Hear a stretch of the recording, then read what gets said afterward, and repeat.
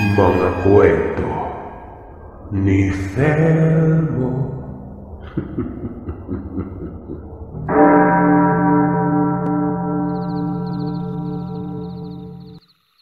Wala nang mapaglagyan ng kaba ko nun. Hindi ko lubos maisip kung bakit ginagawa ko ito. Biro nyo, aswang yun ah. Pero bakit ganun ako katapang?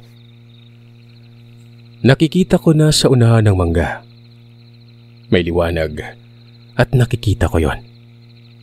Yun nga lang, sa ibabang parte, yun ang madilim. Nang malapit na talaga ako, bigla na lang may kumagasgas nun. Papalapit sa akin. Doon ko binuksan ang ilaw. At sa maniwala man kayo at sa hindi, taong gumagapang ng mabilis ang paparating. Napakakintab nito. Mabilis kong naisip na aswang yon. Talagang naganap ang inaasahan ko na Sir Seth. Marathon. Takbong walang lingon-lingon tapos nagsisisigaw ako noon. Tinatawag ko si tatay. Nakikita kong nakabungad na ito sa may beranda. Nakatanaw sa akin. Pagkarating ko sa bahay ay sinabi kong may aswang na biglang humabol sa akin noon. Ano bang ginagawa mo sa labas sa ganitong oras ha? Nangiya kang bata ka. Pumasok ka! Matapos ko makapasok sa loob ng bahay, dire-diretso ako sa loob ng silid ko. Nakasilip si nanay sa bintana sa may beranda din banda. Ang tatay ko ay nagtungo sa kusina at kinuha ang itak. Narinig ko yung boses nito. May malaking baboy daw.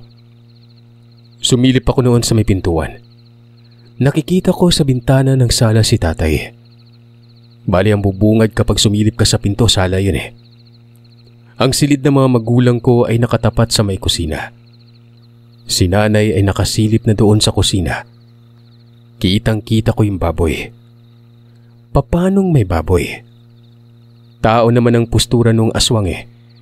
Basta, ilang distansya lang ito sa kusina. Umaatras yon.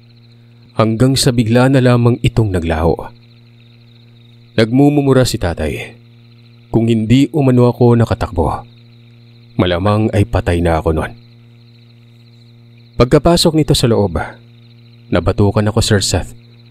Inulit nito ang tanong sa kung bakit ako lumabas ng ganong oras. Hindi kasi ako makatulog tay. May nakita akong nakadapang tao. Diyan po sa may likod sa pader banda. Sinundan ko. Hindi ko naman po inaasahan ng ganun yung bubungad sa akin eh. Kala ko magnanakaw pero hindi po baboy yung humabol sa akin tay. Gumagapang na tao lang. Sinabi ni tatay na aswang daw yan. Kumpirmado. At malamang napadaan. Nagpanggap na baboy.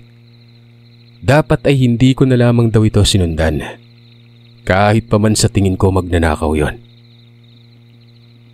Kinabukasan ay hindi umalis ang mga magulang ko. Hindi nagtrabaho si tatay. Araw na rin ito ng Lunes. Inaasahan ko noon ang pagdating ni Mang Francisco. Habang pangat ang araw noon ay naroroon si tatay sa may likod. Doon sa kung saan nagpakita ang baboy. Hanggang sa mga sandaling yun ay binabagabag pa rin ako. Bakit kasi baboy ka ako? Sinundan ko si tatay. Inaalam nito kung saan dumaan. Hindi naman siya nakarating doon sa may mangga. Gusto ko na talagang sabihin lahat nun. Partikular sa mga natuklasan ko at patungkol kay Mang Francisco. Na ayun na nga. Aswang ang dahilan kung bakit gustong pumuslit ng matanda sa bahay. Pero naisipan ko pa rin ang tiwala ng matanda sa akin. Kaya naman nanahimik talaga ako at nagpaka-inosente nun. Naging abala si tatay. Nagkakot ng mga bagakay. Tinarak ang mga bagakay na ito sa may likod. Tapos nakapatagilid ng forma. May nilagay din ito sa may bandang beranda. Tapos gumawa ang tatay Bong ng mga sibat na bagakay. Pinasandal lamang ang mga ito doon sa kusina. Kinahapunan, hindi dumadating si Mang Francisco. Iniisip ko noon na baka abala ito sa kanyang trabaho. Pinuntahan ko ito sa barong niya. Pero nakasara ang pintuan at halata talagang wala siya doon. Nakakadena kasing pinto nun eh. Hindi ako napapalagay. Gusto ko kasing sabihin kay Mang Francisco lahat. Na yun na nga. At may nangyari kagabi. Pero paano ko naman maisisiwalat at magawa ng paraan kung wala siya dun, di ba? Gusto ko na nga noong puntahan sa bahay nila mismo sa bukid banda pero hindi ako sigurado kung makikita ko kaagad. Gawa ng ang lugar lang naman ang sinabi kong saan nakatira. Umabot na lamang ng gabi at wala pa rin ang matanda. Kami ni tatay noon ay pasilip-silip sa likod. Ultimong doon sa may daanan ng aswang. Hanggang sa lumalim ng lumalim ang gabi. Wala kaming nasipatang tao. Lumabas ang tatay. Doon ito sa kusina dumaan. Nakasilip lamang ako sa bintana. May bitbit na 2 sibat si tatay nun. Patungo ito doon sa may liblib. Kinakabahan ako nun. Ang sabi pa nga ni nanay ay pupunta daw siya ng barangay para ipaalam sa mga tanod ang nangyari. Sabi ko naman malayo yung barangay at gabing-gabi na. Maya-maya pa, bigla na lang may tumawag sa pangalan ko. Sa beranda. Pagkasilip ko sa may bintana na pumapabor sa berandang yon. Wala namang tao. Pero sigurado ako na boses ni Mang Francisco ang narinig ko. Siniyasat ko talaga at lumabas pa ako nun pero wala eh. Tiningnan ko ang bukana ng bakuran. Walang tao. Napakatahimik na ng lugar. Yung bahay ni Adik. Patay ang ilaw doon. Sabi ko sa nanay ko ay narinig niya ba na may tumawag pero umiling ito. Sabi niya wala naman umano. Kako meron. Malakas pa nga eh. Wala anak. Baka guni-guni mo lang yan. Anak, kinakabahan ako ah. Nakita ko din yung malaking baboy kagabi. Aswang daw yon. Hindi lang si tatay mong nagsabi. Pati ang ibang tao nakakita na din noon dito. Matapos makapagsalita ni Nanay Mira, biglang dumating si tatay na humahangos. Tapos sinabing may malakas na igik daw ng baboy doon malapit sa mangga. Dali-dali niyang sinabing isarang mga bintana. Ikandado ang pintuan. Sinunod naman namin lahat yon. Lahat ng lagusan sa bahay. Sarado. Pinapasok ako ng silid doon. Sila naman ay nasa sala lang. Tag-iisa ang sibat ang mga magulang ko. May dala pang baril si tatay. Wala kaming tulog magdamag. Wala din kaming hininga ng tulong. Ako, ang inaasahan ko talaga ay si Mang Francisco. Pero wala eh. Pagsapit ng umaga ay pinuntahan ng tatay ang likuran. Mga ilang sandali lang ay nakikita ko itong nagmamadali ng lakad pabalik sa amin. Halata sa kilos nito na natataranta. Nang makalapit na, sabi nito ay meron umanong patay doon sa may likod. At ang patay na ito ay hindi niya makilala. Napakapangit umano ng mukha. Pupuntahan ko sana pero hinadlangan ako ng tatay. Wag daw. Ipaubayan na lamang daw ito sa kinauukulan noon. Sinanay ang nautusan noon. Pinuntahan ng barangay. Maya-maya bumalik na ito kasama ang 4 na tanod at 1 pulis. Hindi pa nabubulabog ang lugar. Kami-kami pa lamang nakakaalam nito. Tinungo na ng mga bisita ang likuran. Sumunod ako noon. At ganoon na lamang ang pagkagulat ko. Mula sa mangga, mga 50 metros papasok pa sa liblib. Naroroon ang labinon. Napakabaho at talagang hindi kaaya-aya ang postura. Wasak ang dibdib nito. Halatang tinaga ng itak. Yung mga tuhod din may malalaking hiwa. Tapos ay nagkahiwa-hiwalay ang mga daliri. Naisip ko na baka may pumatay dito kagabi. At ginawang pananggalang ng aswang ang kamay ng hatawin ito ng itak nun. Wala talagang pagkabulabog na nangyari. Yung mga kapitbahay hindi nakita yung mga tanod na patungo sa likod. Sabi ng pulis, hindi daw siya naniniwala sa aswang dati. Pero ngayon, kung ano man ang nakuha nilang katawan, alam niyang hindi tao yon.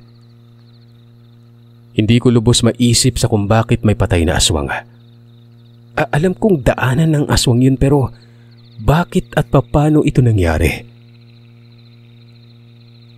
Sinilid ang labi sa may sako tapos pinagtulungan niyo ng mga tanod na ilabas ng lugar. Napapatanong ako sa isip ko noon sa kung sino kaya ang aswang na yun sa tatlong magpipinsan.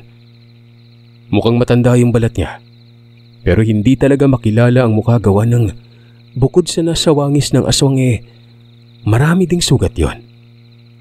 Yung mga ngipin, Sir Seth, katulad ng mga ipinaliwanag sa kwento ni Roberto. Malaki ang pangil at yung iba, pantay pero matutulis. Sa mga sandaling ito, napakaanghang ng mga mata ko. Puyat na puyat pero hindi din ako makatulog noon. Si nanay at tatay ay iniimbestiga ng mga pulis. May dumating pang isa kasi noon, babae. Nagtatanong ito sa kung anong naobserbahan namin sa lugar kagabi. Sabi lang ni tatay na may tunog daw ng malaking baboy na parang kinakatay. Hindi nga umano kami makatulog noon dahil nga sa takot. Dito na nagsimulang magkaroon ng mga marites. Naging lantaran na kasi ito. Sa beranda ba naman nangyari ang pag-iimbestiga May sumabat pa na isa sa mga kapitbahay namin na yun na daw siguro ang gumagalang aswang sa lugar. Dahil may gumagala daw talaga at marami nang nakakita dito. Pero ang malaking katanungan, sino ang pumatay?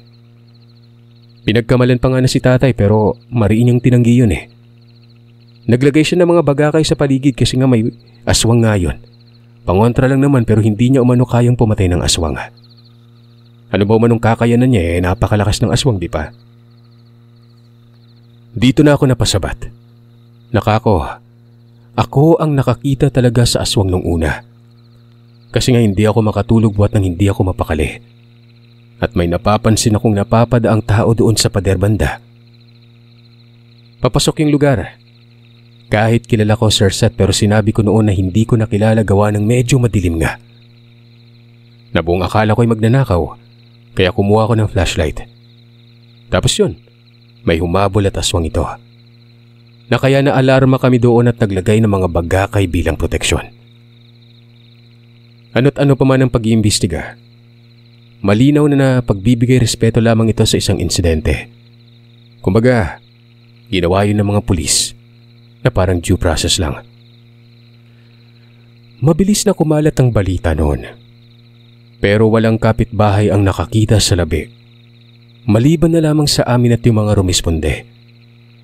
Pasipat-sipat ako sa bahay nila Adik. Inaalam ko kasi noon kung may pagbabago ba.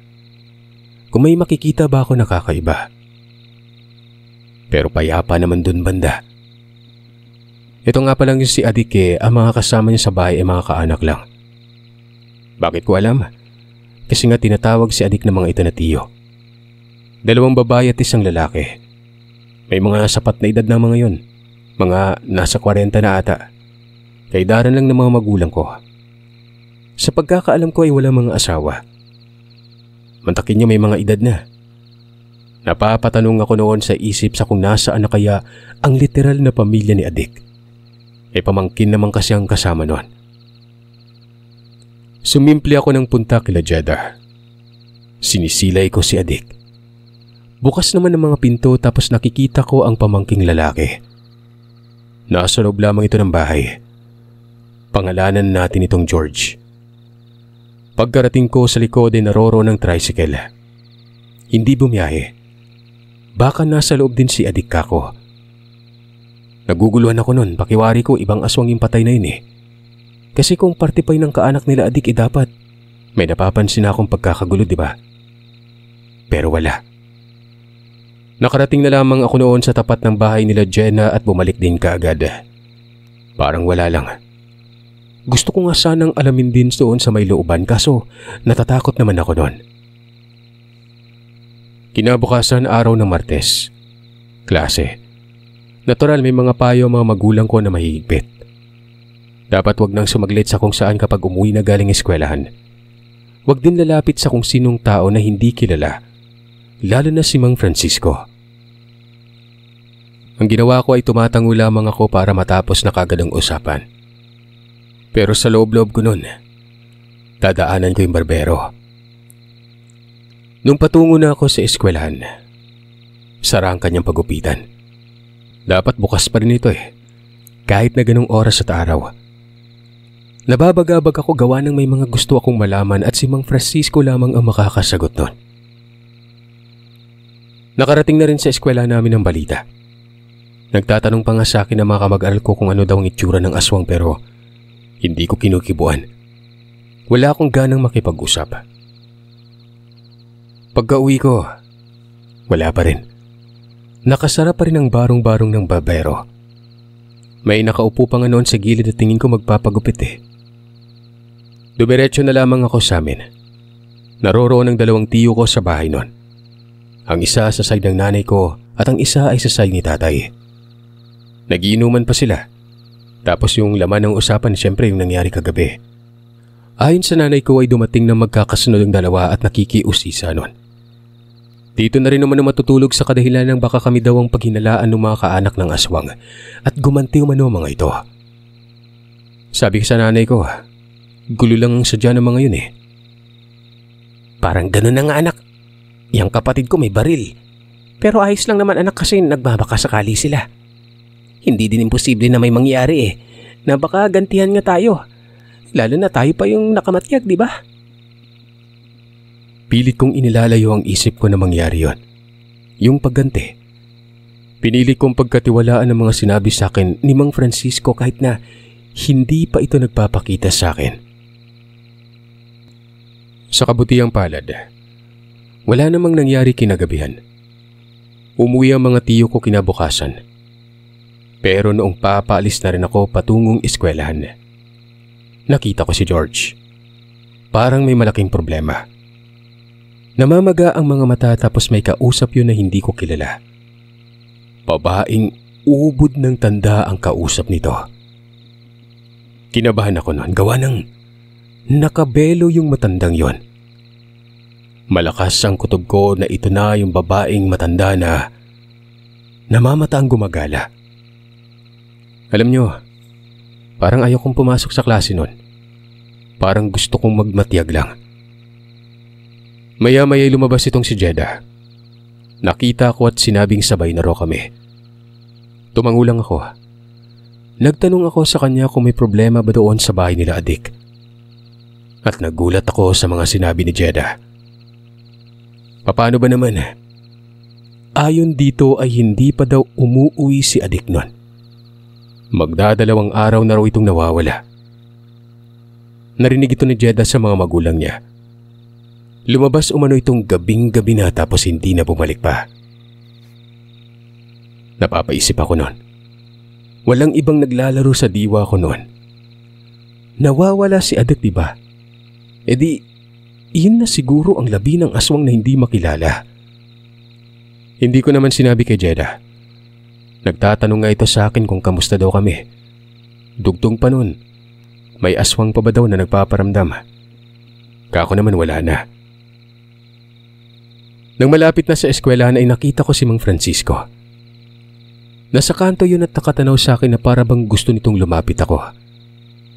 Gumaan ang loob ko noon. Mabilis ako nagpaalam kay Jeda na mauna na siya. Pinuntahan ko si Mang Francisco. Kumabig ito sa gilid ng poste at nagwika ng, "Huwag kang lalapit o kakausap ng iba lalo na sa mga kapitbahay ni Adika.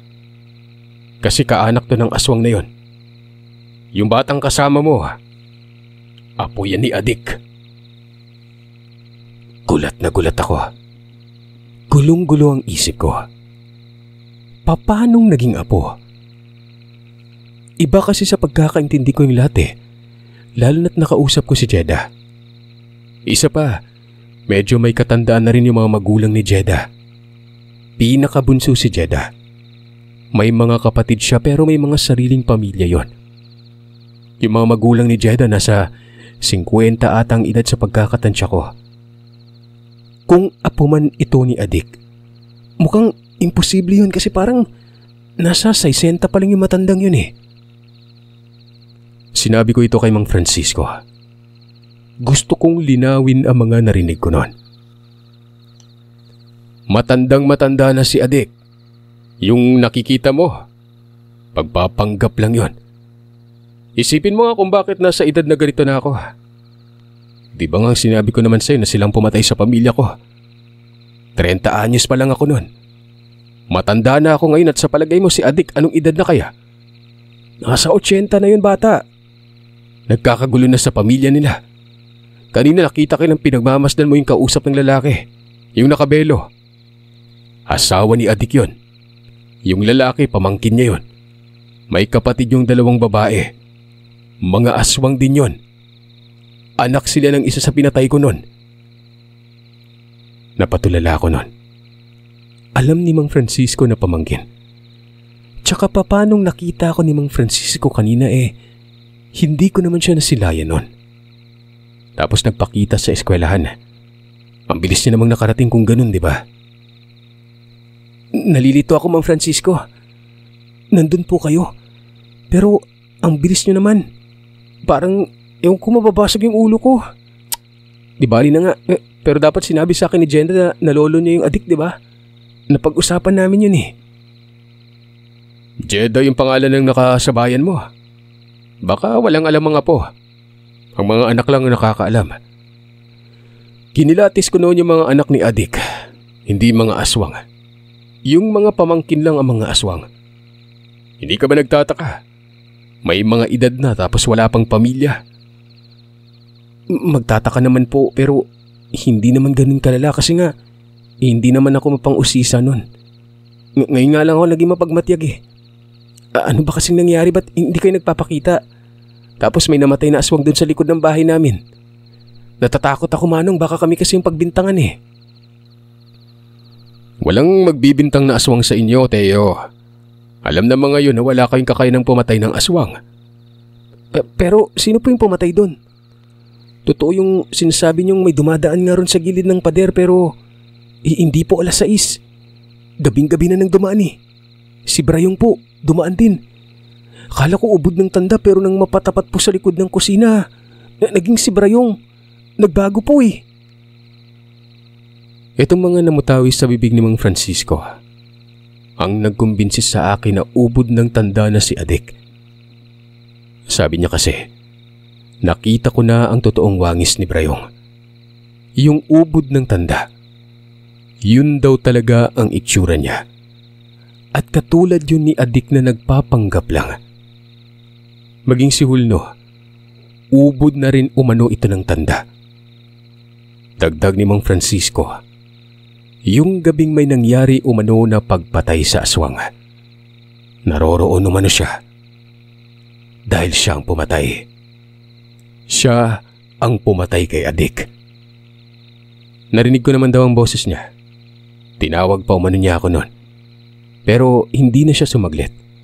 Kasi nga sumingit ang malaking pagkakataon noon na mapatay niya si Adik. Kaya imbis na tutuloy siya sa amin, dumiretso ito sa may mangga sa liblib at kaagad sinunggaban si Adik noon.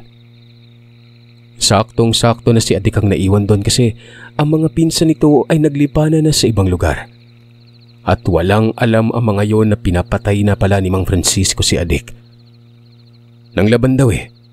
Pero nataga ni Mang Francisco ang 2 tuhod at nanghina ito.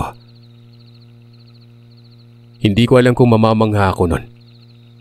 Siya palang talaga yung tumawag sa akin at tumpak na tumpak ang lahat dahil may sugat nga sa mga tuhod si Adik. Malinaw na si Mang Francisco ang pumaslang. Pero naroroon pa rin ang mga tanong na papanong ganoon kabilis ang pangyayari? Papanong napatay kaagad ang aswang? Papanong wala man lang tinamong mga pinsala si Mang Francisco? Di ba nga? Nakapagtataka. Magkita na lamang daw kami sa bahay namin. Tatambay daw siya mamayang hapon. Sabi ko naman nagdududa ang tatay ko sa kanya. Pinaliwanag ko ng mabuti siya pero walang kumpiyansa ang mga magulang ko. Ngumiti ito. Siya na daw ang bahala. Mapagtatanto lang ng kusa ng mga magulang ko na ibang motibo niya.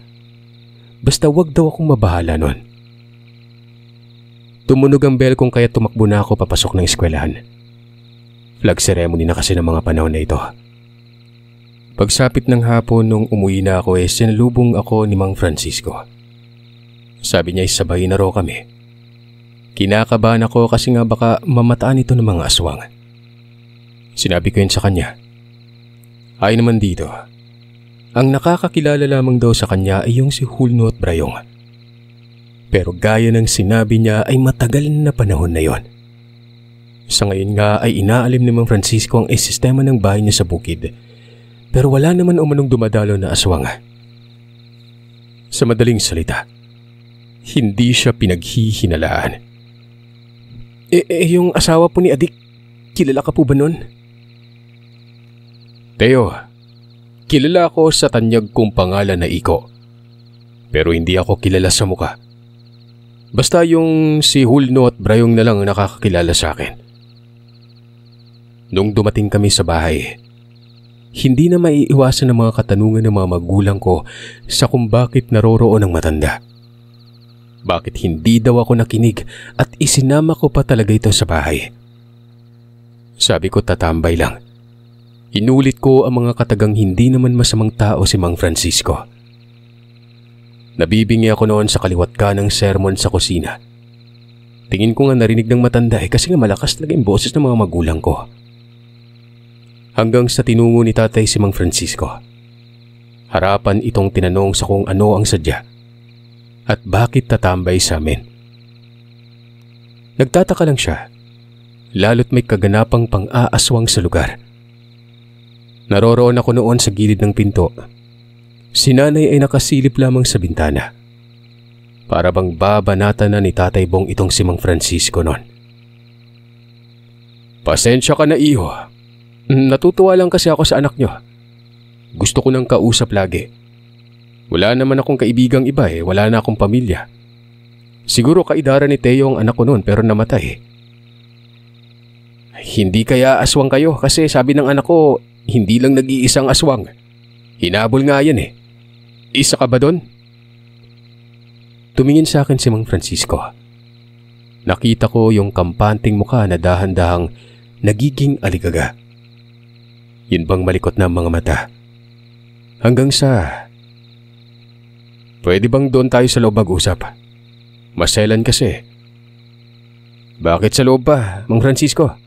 Pwede namang dito Sagot ng tatay. Dito na ako napasabat. Sabi ko, hayaan si Mang Francisco. May isisiwalat ito na siya namang dahilan kung bakit gustong pumuslit ng matanda sa loob ng tahanan namin. Lumapit ako sa tatay ko tapos binulungan ko yon at ang sabi ko, Tay, yung aswang na pinatay kilala ko. Alam niyo ba kung sino? Iyang nakatira dyan sa tapat. Si Adik. At yung pumatay, si Mang Francisco po. Binunyag ko na lang ang lahat. Alam ko na kasing doon lang patungo ang usapan. Malalaman at malalaman pa rin ito ng mga magulang ko kapag pinanatiling lihim. Paniguradong magkakagulo sa mga puntong yon.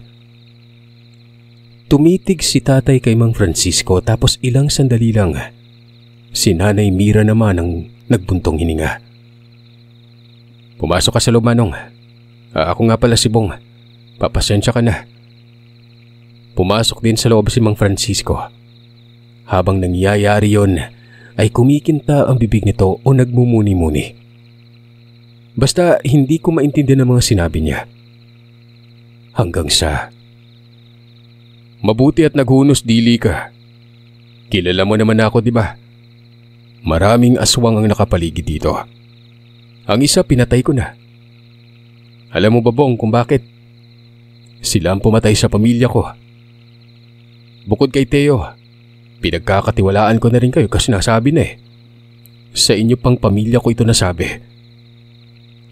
Napatulala talaga si nanay at tatay, lalo na nang magpatuloy sa pagsasalaysay ang matanda. Pinangalanan lahat ng mga aswang na sangkot sa pagkamatay ng pamilya niya. Tapos binanggit na din yung nauna niyang pinatay. Mamaya umano ay papatay niya ang dalawa. Pagkatapos noon ay wala nang panggambala pa ng aswang sa lugar na magaganap. Manong Francisco, paano na yung mga pamangkin, yung asawa ni Adik? Di ba sabi niya aswang yung pamangkin? Yan din bang aswang? Oo, aswang yung asawa ni Adik. Hindi nakikipag-asawa ang aswang sa tao. Maliban na lang kapag ginusto talaga at iibahin nila yung paniniwala o prinsipyo. Kaya nga hindi nag-asawa yung mga pamangkin ni Adik eh. Walang kapare siguro. Pag-iisipan ko pa kung papaslangin ko ba yung mga pamangkin ni Adik maging yung asawa niya. Hindi naman sila nananalasa eh. Matitinong aswang. Pero kapag sumubok bakit hindi patayin, di ba? Basta wag niyong ipagsasabi yung mga nalalaman niyo ngayon. Dito ako pupuslit hanggang pwedeng mamayang gabi. Huwag din kayong matakot kasi nga bukod sa hindi magdududa yung mga aswang sa inyo meron din akong nilagay na proteksyon. Aba, may dinagdag nga kayong bagakay eh. Tama lang yan. Hindi makakalapit ang aswang dito sa bahay niyo. Maraming napag-usapan sila ni tatay. Narinig ko pa nga natutulong ang tatay ko noon pero sinabi ni Mang Francisco na siya na lang kasi nga para mas madali. Magiging pabigat lang daw kasi si tatay noon. Mabuti sana kung albularyo din ito. Walang ano-anong tumango ang tatay ko. At ang sabi noon kahit anong oras, bukas ang pinto ng bahay namin para kay Mang Francisco. Kinagabihan, para bang mga timang kami noon. Kaming tatlo mismo nakasilip sa bintana. Kami na mga magulang ko. Si Mang Francisco ay nag-aabang doon sa may mangga. Tandang-tanda ko ang lahat. Pasado 7:00. May napadaan na sa may bandang pader. Nakita ni tatay. Nakita ni nanay at nakumbinsi na ng tuluyan sila noon. Sabi ko kay tatay ay antayin na lamang si Mang Francisco. Walang kalahating oras, nakakarinig na kami noon ng angil. Parang malaking aso at may igik din ng malaking baboy. Hindi nakaatim si tatay. Ano bang nakain ito at kinuha ang itak tapos lumabas ng bahay? Si nanay noon ay napapaiyak. Hindi naman sumigaw kasi nga iniingatan din na baka may mabulabog noon. Siyempre matik, sumunod ako kay tatay. Dala ko pa yung flashlight noon. Nang makarating na malapit sa may mga mangga, nanlaki ang mga mata ko. Nagkawasig-wasig ang mga damo. Kitang-kita ko na nakikipagbuno si Mang Francisco sa dalawang napakapangit na tao. Doon parang nawala yung tapang ni tatay. Kanina sobrang lakas ng loob pero nang makitang nangyari, nanood na lang eh. Nakakakilabot pala gumalaw yung mga aswang, Sir Seth. Gumagapang lamang yon tapos ang tataas ng lundag. Pero bilib ako kay Mang Francisco kasi nga kahit pa dalawa ang kalaban na ang lalakas nun, nakakaya niyang palagan. May mga tinamo ng sugat ang mga aswang eh. Hanggang sa naglaon, napatumba ni Mang Francisco ang isa. Hindi ko makilala gawa ng nakahubot-hubad tapos ang sama ng itsura. Yung isang aswang, tatakas sana. Babalik ito doon sa dinaanan pero humarang si tatay. Sinita ni Mang Francisco na wag lalapit pero ang tigas ng ulo ni tatay nun. Tinaga nito ang aswang pero hindi niya naman natamaan. Magpaganon pa man ay malaking tulong ang ginawa niya kasi nga nagkaroon ng pagkakataon na makasalise si Mang Francisco. Walang pagdadalawang isip nito na tinaga ang ulo ng nilalang. Dinig ko noon ang kalabog na parabang pader na pinukpok ng bato. Isang taga lang yon. At pumigay kagad ang aswang. Sumasayaw pa ito na parabang nanginig ang buong katawan. Bago natumba. Iwan niyo ako dito. Matulog kayo at magpanggap na walang nangyari. Ako nang bahala sa mga ito. Umuwi kami ng bahay. Gumaan ang loob ni nanay. Alinsunod sa mga sinabi ng matanda inisip namin na parang walang nangyari. Kinabukasan, binalikan namin ni tatay ang liblib. bakas ng dugo na lang ang naiwan. Wala na daw ng mga labi. Niligpit siguro ni Mang Francisco. Napapatanong ako sa isip kung bakit niya niligpit na mag-isa. Yun bang si Adik para bang hinayaan niya lang yon? Hanggang sa noong nagkita kami ni Mang Francisco doon sa barong-barong niya. Doon ko nalaman ang lahat kung bakit. Hinayaan lang daw talaga ni Mang Francisco yan para magbigay hudyat sa mga tao na totoo ang mga aswang. Magiging maingat din ang mga residente at hindi lalabas ng bahay sa gabi. At dahil dito umano ay mas magiging madali ang pagpatay niya sa dalawa pa. Walang makakamatyag maliban na lang sa amin. Masaya si Mang Francisco. Inamin niyang nakaganti na ito sa wakas. Pero hindi umano ibig sabihin ito na hahayaan niya yung natirang mga aswang. Kapag nalaman niyang may ginawa itong kasamaan, paniguradong papatay niya ang mga yon at syempre, doon pa rin siya umano tutuloy sa amin.